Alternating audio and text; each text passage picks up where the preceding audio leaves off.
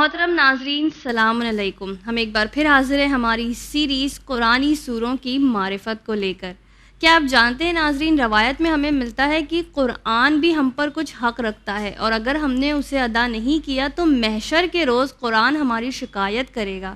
تو آئیے قرآن کو شکایت کا موقع نہ دیں اور جاننے کی کوشش کریں کہ قرآنی سورے ہم سے کیا کہہ رہے ہیں، یا ان کو پڑھنے سے ہماری زندگی میں ہمیں یہ کس طرح فائدہ پہنچائیں گے. اور ایک بار پھر اس میں ہماری رہنمائی کریں گی ذاکرہ تفسیر رضوی. السلام علیکم آپا. وعلیکم السلام ورحمۃ اللہ. آپا ایک بار پھر ہم تیار ہیں بہترین سورے کے بارے میں جاننے کے لیے کہ کس طرح وہ ہماری زندگیوں کو بدل سکتا ہے. آپ کا بھی شکریہ.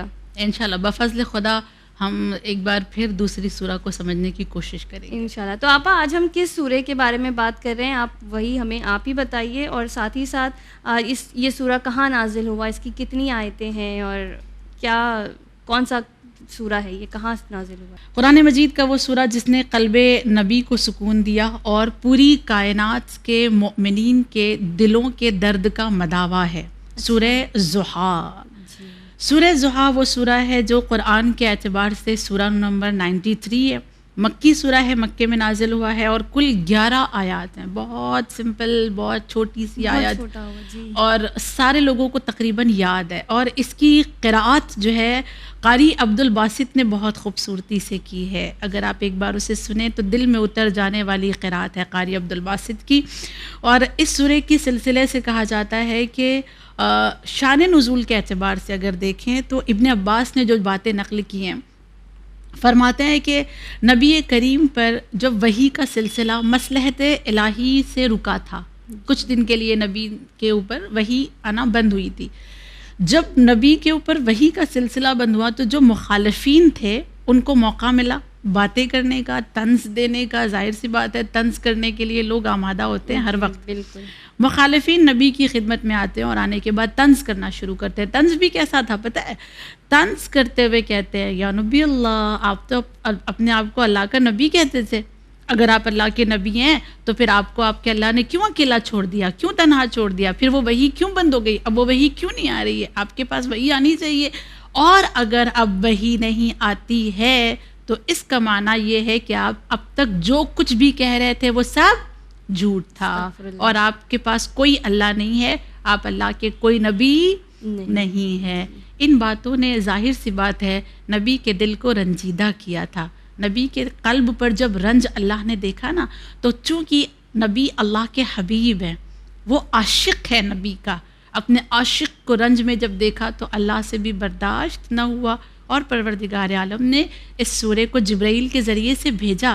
جب جبرائیل لے کر آئے نا نبی کے پاس سورہ، تو نبی فرماتے ہیں جبرائیل کتنا مشتاق تھا میں تمہارے دیدار کے لیے. تو جبرائیل پلٹ کر کہتے ہیں یا نبی اللہ، آپ سے زیادہ آپ کے دیدار کی تڑپ میرے قلب میں تھی، مگر میں کیا کروں کہ اللہ کا حکم نہ تھا تو میں نہیں آ سکا.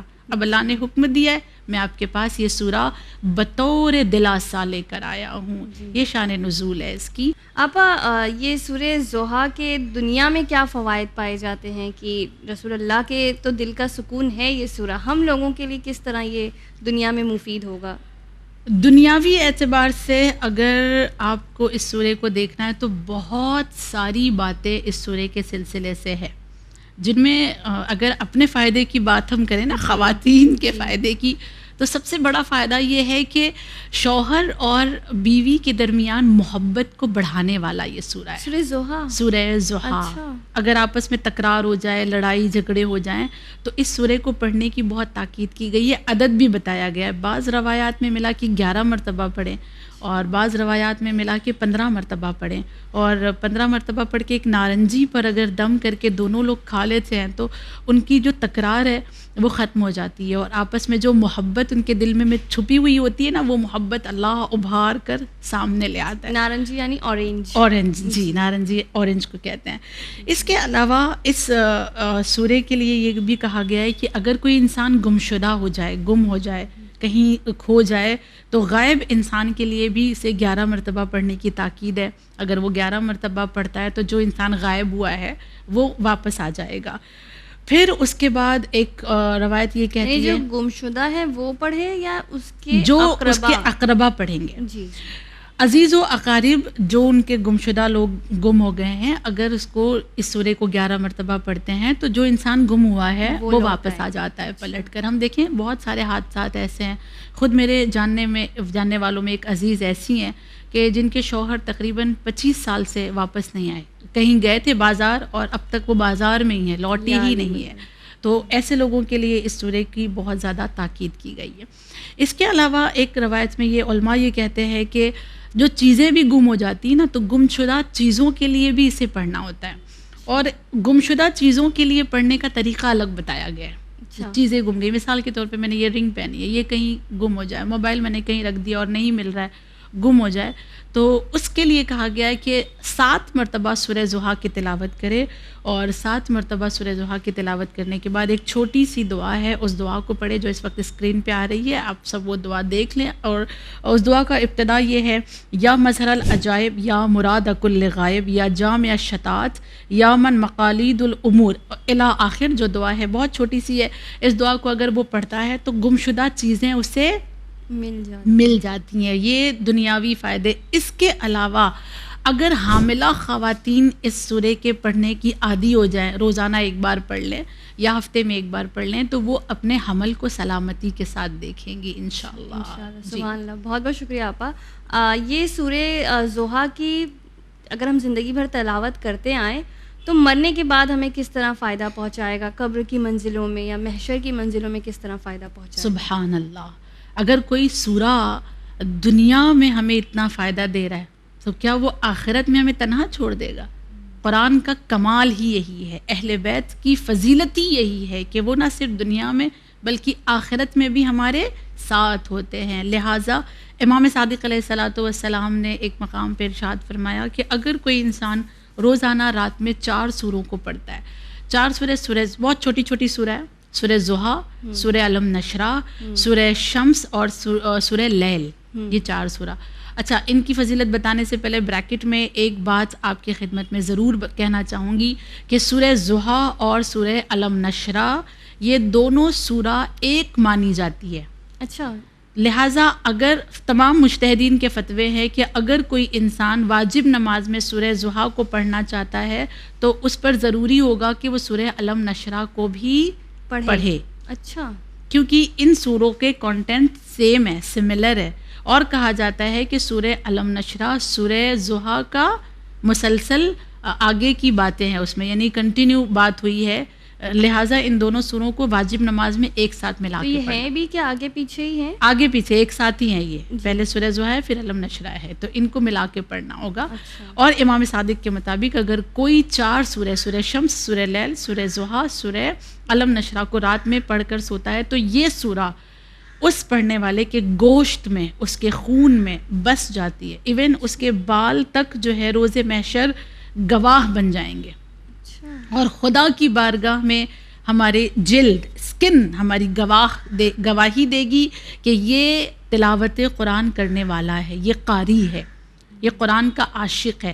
اور جب ہمارے جلد، ہمارے گوشت، ہمارے خون، ہمارے بال وہاں پہ گواہ بن جائیں گے تو اللہ اس گواہی کو قبول کرتے ہوئے حکم دے گا کہ ان کی تلاوت کرنے والوں کو جنت میں بلا فاصلہ داخل کیا جائے، اور یہ جنت میں جس چیز کی ڈیمانڈ کریں ان کے خدمت میں وہ پیش کی جائے. ماشاءاللہ. یہ کتنی خوبصورت حدیث ہے نا.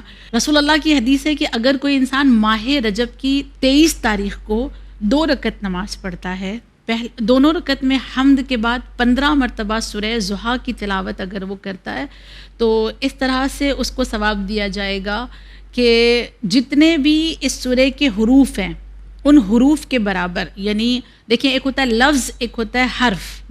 ٹھیک ہے، حرف یعنی الفابیٹ. ٹھیک ہے، تو جتنے حروف ہیں اس کے برابر جنت میں اس کے درجات بلند کیے جائیں گے. آپ کا سوال ہو سکتا ہے کتنے حروف ہیں؟ تو کاؤنٹ جب کیا گیا تو اس میں حروف ملے 165. اچھا. یعنی قرآن میں یہ 2 رکعت نماز پڑھنے والے، یعنی ایک ایک لیٹر، الف با تا سا، ایسے. جی لیٹر. ٹھیک ہے، تو لیٹر جو ہے اس میں 165 ہے. اور 165 درجات جنت میں بلند کیے جائیں گے اگر کوئی یہ 2 رکعت نماز ماہ رجب کی 23 کو پڑھتا ہے. اس کے علاوہ اسے 1000 تشیع جنازے کا ثواب دیا جاتا ہے، 1000 مریض کی عیادت کا ثواب دیا جاتا ہے، پلس 70 قبول حج کا ثواب اسے دیا جاتا ہے. اس کے علاوہ 1000 مسلمانوں کی حاجت روائی کا ثواب اسے دیا جاتا ہے. لہٰذا دعا کرتی ہوں خدا آنے والی ماہ رجب تک ہمیں زندہ رکھے اور ہم 23 کو یہ نماز پڑھ سکیں اور اس سورے کا ہمیں اور آپ کو اجر یعنی اللہ سبحانہ و تعالیٰ ثواب لٹا رہا ہے، ہم لوگ ہیں جو اسے حاصل نہیں کر پا رہے، ہماری ہی کوتاہیاں ہیں، وہ تو دینے کو تیار بیٹھے. بے شک. اور اسی طرح سے ایک اور حدیث ہے رسول اللہ کی ہی کہ انہوں نے فرمایا کہ اگر کوئی اس سورے کو لگاتار پڑھتا ہے تو خدا اس سے راضی ہو جائے گا. دیکھیں ہماری زندگی کا مقصد ہی کیا ہے نا، ایک ہی تو مقصد ہے نا کہ اللہ راضی ہو جائے. تو اللہ کو راضی کرنے کے لیے اس سورے کی تلاوت کرے، اور اللہ یہ کہتا ہے کہ میں راضی ہو جانے کے بعد اس کو تمام برکتیں عنایت کی جائیں گی، تمام سعادتیں دی جائیں گی، اور نبی اس کے شفیع بن جائیں گے. نبی شفاعت کرنے والے، اور دنیا کے جتنے بھی یتیم ہیں ان یتیموں کی تعداد کے برابر اس کے نامۂ اعمال میں حسنات لکھے جائیں گے انشاءاللہ. آمین. انشاءاللہ. بہت بہت شکریہ آپا. یہ تو آپ نے رسول اللہ صلی اللہ علیہ وسلم سے کئی حدیثیں ہمیں بتائیں.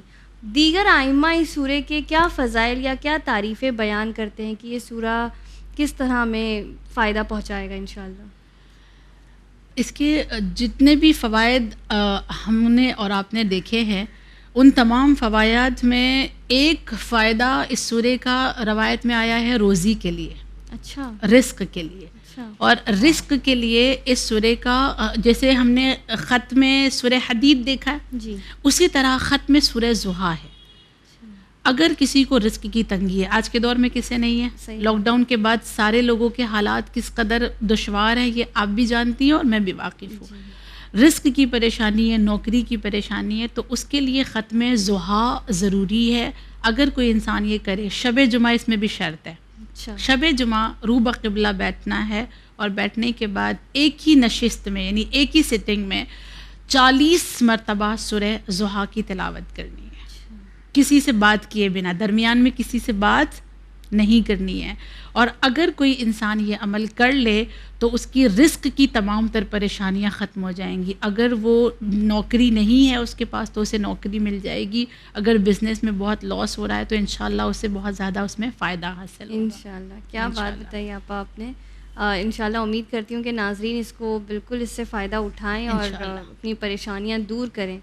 اب اگلا سوال یہ ہے کہ جیسے ہم دیکھتے ہیں کہ صرف لوگ عربک پڑھتے جاتے ہیں اور معنوں سے زیادہ تعلق نہیں ہوتا، یا انہیں پتہ بھی نہیں ہوتا ہے خاص کر کہ کہاں معنی پڑھے جائیں یا ہم کہاں سے اٹھا کر پڑھیں.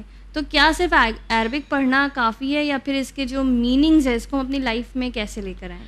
اس سورے کی میننگ تو بہت زیادہ ضروری ہے، اس لیے کہ اس سورے میں ایک آیت ایسی بھی ہے جس کو سمجھنا ہمارے اور آپ کے لیے بہت ضروری ہے. اور وہ آیت یہ کہ جب اللہ اپنے نبی کو دلاسا دے رہا ہے نا، تو دلاسا دیتے دیتے دیتے دیتے اس میں اللہ نے ایک بات یہ کہی ہے کہ وَوَجَدَكَ ضَالًّا فَهَدَىٰ، کہ اے میرے حبیب جب آپ گمشدہ تھے تو کیا ہم نے آپ کو ہدایت نہیں دی. اصل میں جب لفظ ضال ہم پڑھتے ہیں نا، جیسے سورہ الحمد میں ہم پڑھیں گے وَلَضَّالِّينَ، ویسا حشر ہمارا نہیں کرنا جیسے گمراہوں کا ہوا ہے، جیسے گمراہ لوگ. تو ضال کا اکثر لوگ یہ سمجھتے ہیں کہ اللہ اپنے حبیب سے یہ کہہ رہا ہے کہ جب آپ معاذ اللہ سمجھانے کے لیے یہ جملہ کہہ رہی ہوں کہ جب آپ گمراہ تھے تو ہم نے آپ کو ہدایت دی. ممکن ہے؟ ممکن نہیں ہے. لہٰذا مفسرین قرآن نے اس مسئلے کو حل کیا ہے. عام پڑھنے والے ہم اور آپ جس کو عربی کا صرف بیسک معلوم ہے نا، وہ ضال کا معنی گمراہی ہی لے گا اور یہی سمجھے گا کہ اللہ اپنے حبیب سے کہہ رہا ہے کہ جب آپ گمراہ تھے تو ہم نے ہدایت نہیں کی. صحیح. لیکن اس کا اصل ترجمہ، صحیح ترجمہ یہ ہے کہ اے میرے حبیب جب آپ گمشدہ تھے تو کیا ہم نے آپ کو راہ نہیں دکھائی. ٹھیک ہے. ضال کا 2 معنی ہے، حالانکہ عربی زبان میں ایک ایک لفظ کے ایک ایک ورڈ کے 40 معنی ہیں. اچھا. لیکن صرف 2 معنی آپ کی خدمت میں. ضال ایک کہتے ہیں گمراہی کو، ایک کہتے ہیں گمشدہ ہونے کو، کھو جانے کو. تو حبیب سے اپنے اللہ یہ کہہ رہا ہے کہ کیا جب آپ گمشدہ تھے تو ہم نے آپ کو راستہ نہیں دکھایا. یہ کیوں کہہ رہا ہے اللہ کہ تم گمشدہ تھے تو ہم نے آپ کو راستہ دکھایا؟ اس لیے کہ نبی کی زندگی کو جب ہم پڑھتے ہیں تو اس میں ملتا ہے کہ ایک مرتبہ نبی جو ہے نا مکے کے دروں میں جب جناب عبد المطلب کے ساتھ رہتے تھے تو کھو گئے تھے بچپن میں. اچھا. اور پھر اللہ نے ان کو راستہ دکھایا تھا اور یہ پلٹ کر اپنے دادا کے پاس آئے تھے. ایک مرتبہ جب جناب حلیمہ ان کو اپنے گھر واپس لے آ رہی تھیں تو اس مقام پر وہ راستے میں کھو گئے تھے اور اللہ نے ان کو راستہ دکھایا وہ ان سے ملاقات کرے. تیسری مرتبہ جناب ابو طالب کے ساتھ تجارت کے سفر پہ جا رہے تھے, وہاں پہ کھو گئے تھے اور وہاں پر پھر اللہ نے ان کو جناب ابو طالب سے ملایا. ان باتوں پہ اللہ کہہ رہا ہے کہ کیا آپ جب کھو گئے تھے ہم نے آپ کو راستہ نہیں دکھایا؟ ہرگز کوئی وہ معنی گمراہی کا معنی نہ لے, یہاں گمشدگی کا معنی ہے, کھو جانے کا معنی ہے. اور سب سے خوبصورت اس کی تفسیر یہ ہے کہ اے میرے حبیب جب آپ کھو گئے تھے, یعنی کیا آپ کا کوئی نام لینے والا نہیں تھا, آپ کو کوئی جاننے والا نہیں تھا, آپ کو کوئی پہچانتا نہیں تھا, تو کیا ہم نے آپ کو راہ دکھاتے ہوئے آپ کا چرچا پوری دنیا میں نہیں کر دیا؟ اصل معنی اس کا یہ ہے, اصل ترجمہ اس کا یہ ہے کہ اے میرے حبیب جب آپ کو کوئی نام لینے والا, کوئی جاننے والا, کوئی پہچاننے والا نہیں تھا تو ہم نے آپ کو ایسے پہچنوایا کہ آج دنیا کے ہر گوشے میں, ہر کونے میں اذان کے ذریعے سے ایک ہی نام گونجتا ہوا نظر آتا ہے, محمد محمد محمد. یہ اس سورے کی بہت خوبصورت کہہ سکتے ہیں لطیف باتیں, باریک باتیں جسے ہمیں سمجھنا ضروری ہے. جی بہت خوب آپا. جی اور اس کے علاوہ جو اس سورے کے اگر آپ پوچھنا چاہیں گی کہ حکم کیا دیا اللہ نے, پھر ہمیں کیا, ہمارے لیے کیا پیغام ہے؟ صرف ہمارے لیے نہیں, جب اللہ نبی سے کہتا ہے نا قرآن میں کوئی بات تو اصل میں وہ ہمارے لیے ہوتی ہے. اللہ نے کیا کہا اس سورے کے آخر میں, فَأَمَّا الْيَتِيمَ فَلَا تَقْهَرْ, خبردار یتیموں کو جھڑکنا نہیں, وَأَمَّا السَّائِلَ فَلَا تَنْهَرْ, اور خبردار کسی سائل کو جھڑکنا نہیں. یتیموں سے کبھی سخت لہجے میں بات نہ کرنا, اور سائل اگر آ جائے تو اسے جھڑک کر بھگا نہ دینا. ٹھیک, یہ دو پیغام بہت اہم ہیں اس سورے کے, اور یہ صرف نبی کے لیے نہیں ہے بلکہ یہ ہمارے لیے ہے. صحیح.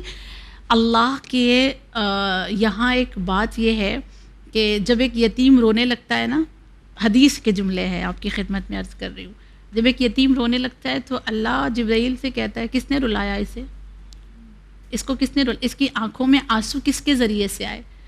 تو جبرائیل بتاتے ہیں کہ فلاں انسان نے اس طرح سے اس کے ساتھ کیا ہے تو وہ رو رہا ہے. تو خدا جبرائیل سے کہتا ہے مجھے میری عزت و جلالت کی قسم ہے, جو اس وقت اس کے آنسو پوچھ دے گا اور اس کے لبوں پہ مسکراہٹ لے کر آئے گا, میں اسے دنیا اور آخرت دونوں عطا کروں گا. میں اسے دنیا میں کبھی کسی کا محتاج, اور جو اس وقت اس کو خوش کرے گا, اس بچے کو, اس یتیم کو خوش کرے گا, میں قیامت کے دن اسے خوش کر دوں گا, وہ خوش ہو جائے گا. یہ اجر ہے.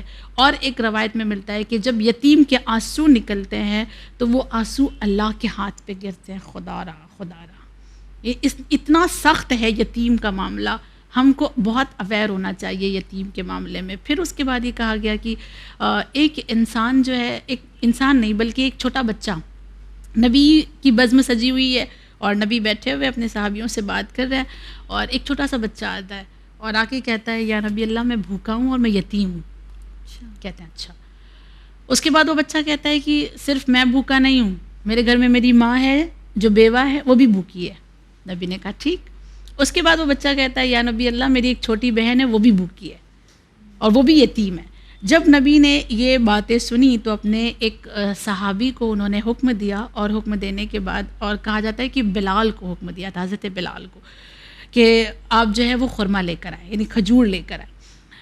جناب بلال 21 دانے کھجور کے لے کر آتے ہیں, اور 21 دانے نبی اپنے ہاتھ میں لے کر اس بچے کے ہاتھ میں دیتے ہیں, اور دینے کے بعد کہتے ہیں 21 دانے ہیں, 7 تمہارے ہیں, 7 تمہاری بہن کے ہیں, اور 7 تمہاری ماں کے ہیں, اسے لے جاؤ اور جو تم کو بھوک لگی ہے اس بھوک کو اس سے مٹا لینا. بچہ شکر گزاری کر کے جب وہاں سے جانے لگتا ہے تو اسی بزم سے ایک صحابی اٹھتے ہیں, معاذ ابن جبل نام ہے ان کا. وہ اٹھ کر اس بچے کے سر پہ ایسی ہاتھ رکھ دیتے ہیں پیار سے.